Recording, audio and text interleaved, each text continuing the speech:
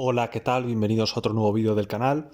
Vamos a continuar por el hilo, el hilo de los anteriores vídeos sobre los tercios españoles y estamos en 1640, ese año tan complicado para España, ¿no? Con las rebeliones sobre todo de Portugal y de Cataluña, entre otras cosas. Y bueno, hemos visto en el vídeo anterior que se rechazaron los intentos holandeses de apoderarse de ciudades como Brujas, Gante o Hulst, ¿no? Pero la principal amenaza de ese año llegaba por el sur. Llegaba por el sur una gran concentración de ejércitos franceses, de tropas francesas. Los franceses, cansados de los fracasos de los años anteriores, de las derrotas de los años anteriores, de los pocos progresos obtenidos en los Países Bajos españoles, a pesar de las enormes sumas de dinero y de hombres invertidas, pues habían decidido apostarlo todo por atacar la ciudad de Arras. Arras era la capital del condado de Artois, una ciudad importante en los Países Bajos españoles, en el sur. Y nada, pues habían para ello reunido tres ejércitos que confluyeron en Arras en junio de 1640. Y bueno, entre los tres ejércitos sumaban unos 32.000 hombres, de los cuales un tercio eran caballería. Los españoles no estuvieron rápidos para impedir que esos ejércitos franceses se juntaran y convergieran en Arras. Para cuando el cardenal Infante se trasladó a Arras, para intentar que los franceses pudieran cercarla por completo, ya habíamos avanzado el mes de julio y los franceses ya habían establecido sus líneas de trincheras y sus posiciones y estaban muy bien posicionados y muy bien fortificados. Y el cardenal Infante juzgó que quizás no era lo más prudente del mundo, con un ejército inferior en número, asaltar a otro ejército que, aparte de que te supere en número, está mejor fortificado, y decidió usar otra táctica. Decidió colocarse a espaldas del ejército francés e interponerse entre este y cualquier suministro, cualquier flujo de suministros que le pudieran llegar desde Francia, para obligar a los franceses a retirarse por falta de víveres. Entonces, el cardenal Infante empezó a desplegar a sus tropas, sobre todo mangas de mosqueteros y arcabuceros sueltas, de caballería ligera, incluidos los famosos jinetes croatas.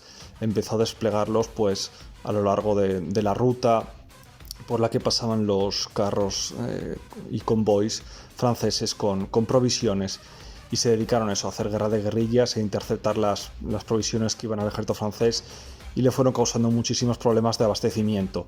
Interceptaron muchísimos convoys y ganaron varias escaramuzas pequeñas, aunque hubo un par de convoys franceses importantes que consiguieron pasar, consiguieron burlar ese bloqueo gracias al apoyo de su caballería y consiguieron colarse, y entonces ese bloqueo de suministros para que el ejército sitiador de Arras se quedara sin suministros solo fue parcialmente efectivo. Pero bueno, volviendo a la ciudad en sí, a Arras, al asedio, la guarnición de Arras eran 1.500 hombres. Eran 1.500 hombres dirigidos por O'Neill, un maestre de campo irlandés, y eran pues una mezcla variopinta de irlandeses, italianos, valones y españoles. Y habían hecho una pintada en las murallas de Arras que ponía literalmente, ponía en francés: cuando los ratones se coman a los gatos, entonces los franceses entrarán en Arras. Entonces, bueno, fue esa bravuconada tan habitual en la época de los tercios, que ahora luego veremos cómo salió, ¿no?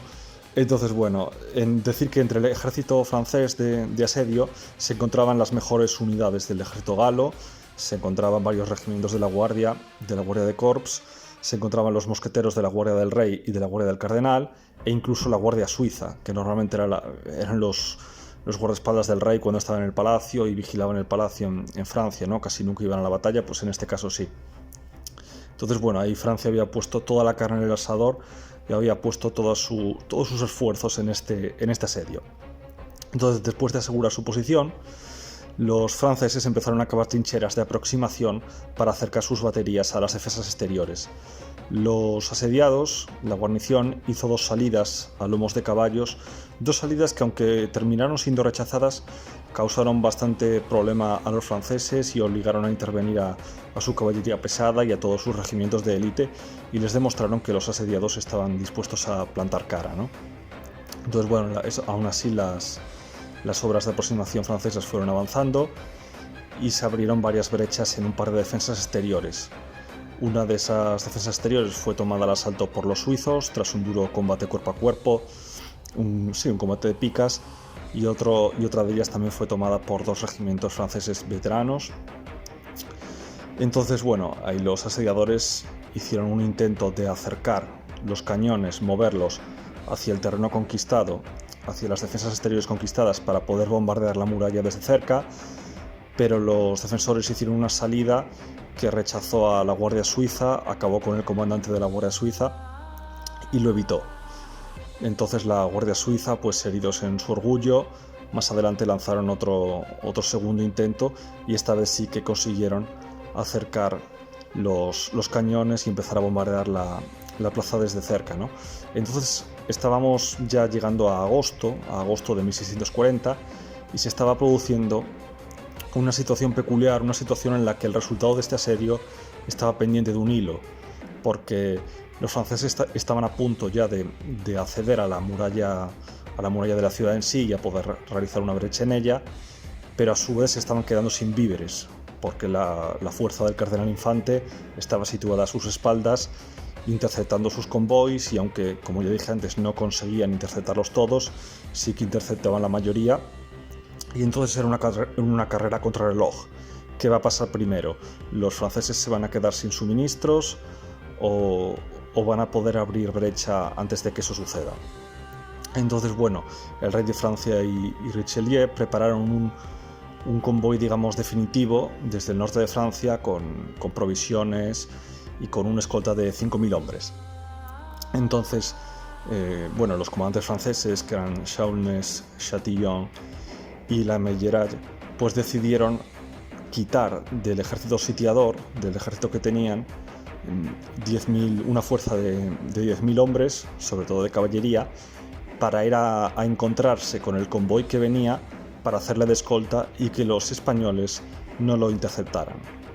Entonces, claro, estábamos hablando de que el convoy iba a estar muy bien escoltado e iba a ser casi imposible de interceptar, ¿no? Pero el cardenal Infante vio que quizás eso podía ser otra oportunidad, porque los franceses, a fin de cuentas, los asediadores, estaban debilitando sus fuerzas, porque estaban quitándose 10.000 hombres, ¿no? Entonces decidió volver a la táctica original e intentar un asalto frontal contra las trincheras francesas, aprovechando primero que habían salido de ahí 10.000 hombres y el ejército francés era en ese momento ligeramente menos numeroso, y aprovechando también que, como estaban tan bien fortificados, pues seguramente no esperarían un asalto. Entonces el asalto de los tercios se produjo en 3 grupos. El primer grupo y principal, el que libró casi toda la acción, era una mezcolanza de italianos, españoles, valones y loreneses. El segundo eran españoles y valones, y el tercero eran valones.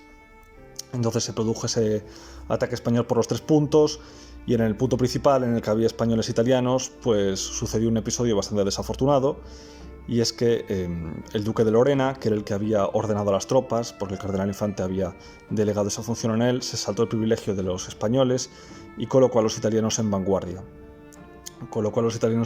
Saltándose el privilegio de los españoles, y los españoles se picaron, y hubo durante el ataque bastante falta de coordinación entre españoles e italianos. De hecho, los españoles de primeras no acompañaron el ataque de los italianos, y quizás se perdió un poquito el empuje inicial. En ese empuje inicial, los tercios empezaron a ganar una cabeza de playa en las trincheras francesas y a hacer retroceder a las tropas francesas. Incluso la crónica francesa admite que estaban claramente ganando, y ahí los franceses tenían prácticamente la batalla perdida, ¿no? ¿Qué pasa? Que empezaron a producirse episodios de pique entre españoles e italianos y falta de colaboración entre ellos. También empezó a producirse episodios de que muchos soldados rompían la disciplina, tiraban las armas al suelo y se dedicaban a saquear todos los bienes y objetos de valor que encontraban en el campamento francés, rompiendo así la cohesión y dando tiempo a sus enemigos para organizarse, ¿no? Entonces, como los españoles no aprovechaban bien esa victoria inicial y no habían asegurado bien su cabeza de puente en las trincheras francesas, pues la Meilleraye, uno de los generales franceses, como ya he dicho, reunió a sus regimientos de élite de reserva, la Guardia Suiza, las guardias de corps y a su caballería pesada, y lanzó un contraataque. Se produjeron una serie de confusos combates cuerpo a cuerpo y tiroteos a corta distancia.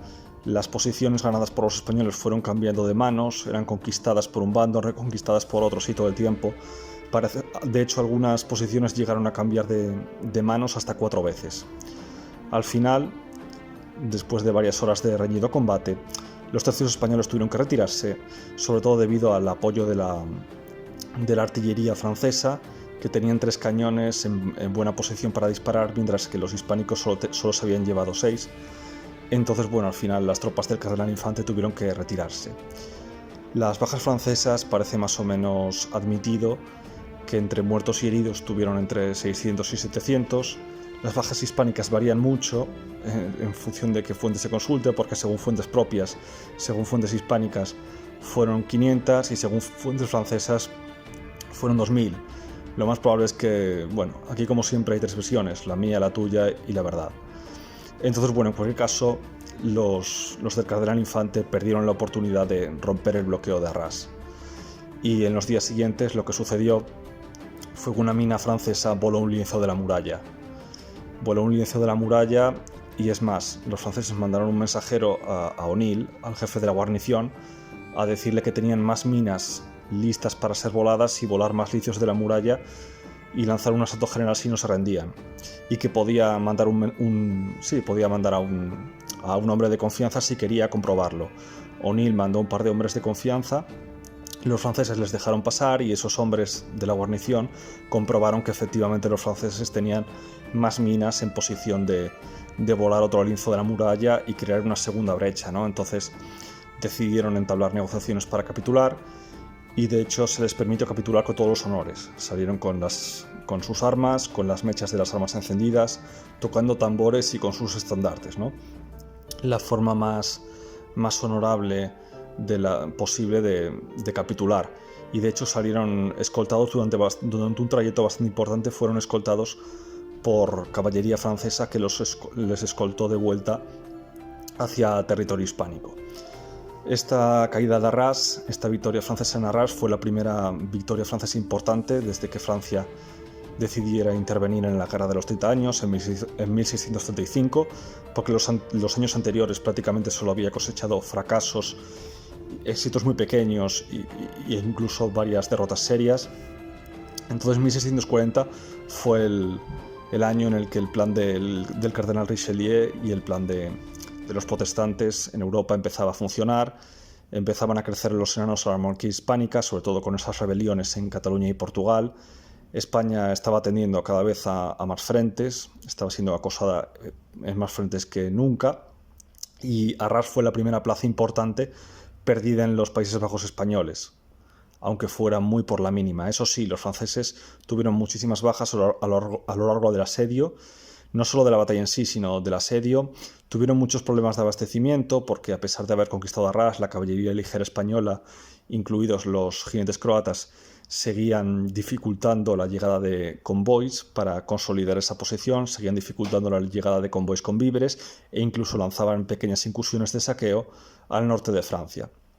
Pero bueno, en cualquier caso, 1640, un año bastante desastroso para las armas hispánicas. Entonces, bueno, seguiremos, eso sí, cubriendo estos hechos en próximos vídeos, porque a pesar de estas nuevas dificultades, los tercios españoles no se iban a rendir tan pronto. Así que vengan, darle like al vídeo si os ha gustado, suscribiros para más contenido y recordad que suscripción y campanita es la combinación ganadora. Adiós.